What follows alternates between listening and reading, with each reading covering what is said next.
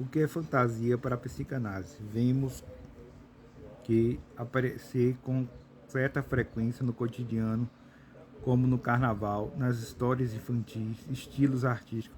Quando alguém sai de um relacionamento sem bases reais, pode refletir sobre isso, dizendo algo como algo que era muita fantasia. Entretanto, em linhas gerais, o que a psicanálise tem a dizer sobre a fantasia?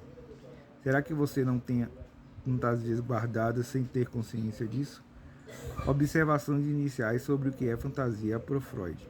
Freud observou, quando trabalhava com José Breuer, no século XIX, a formação de fantasias histéricas, em que uma situação imaginária ou uma história é empregada pelo indivíduo para encobrir algum trauma, especialmente os sexuais e infantis.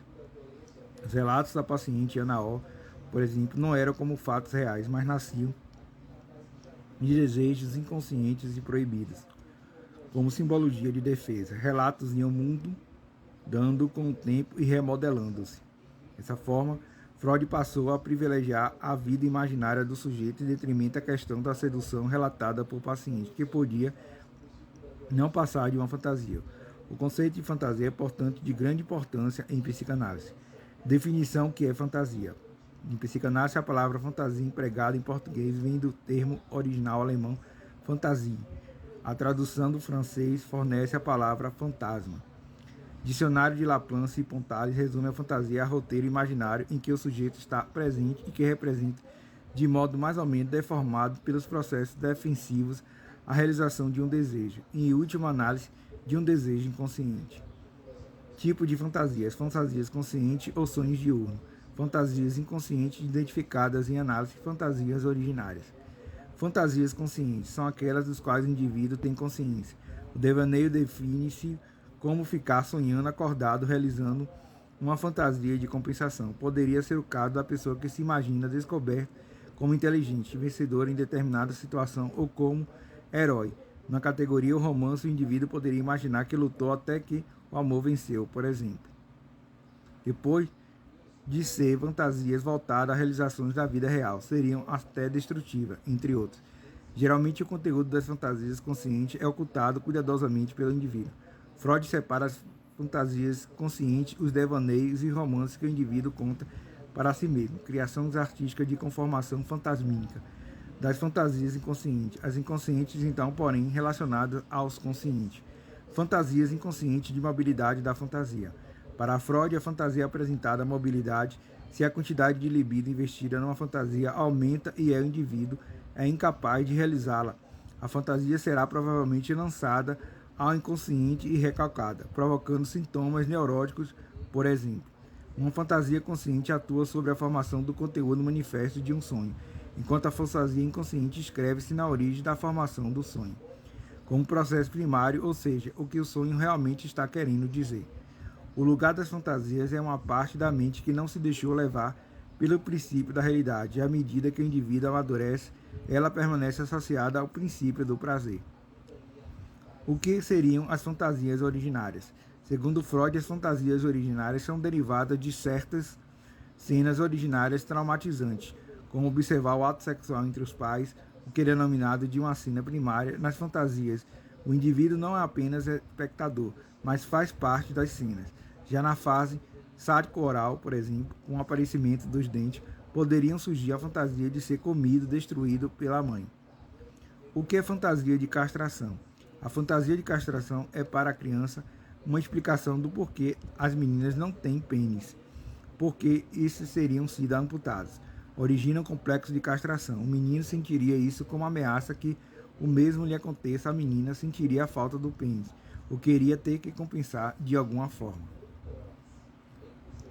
A fantasia de castração tinha diversos impactos em psicanálise, desde o sentimento de inferioridade, imagem do ego, passando por tabus e fobia, entre outros.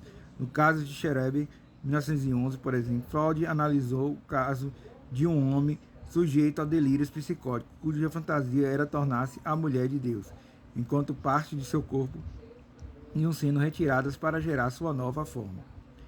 Melanie Klein, 1982 a 1960, e a fantasia. Por volta de 1926, com a psicanalista Melanie Klein, a fantasia observada na criança através de brincadeiras. Para Klein, os brinquedos eram como substitutos dos sonhos, e através deles a criança mostrava seus conteúdos recalcados. Por essa época, ela já descrevia um menino com sério problema de aprendizagem decorrente de suas fantasias de um ataque sádico contra o corpo da mãe. Na mente, objetos totais e parciais iam descrever a atividade psíquica, como crianças identificam seus pais por parte do corpo, como um seio, por exemplo. Nesse ramo psicanalítico, o inconsciente é formado de fantasias relacionadas a objetos.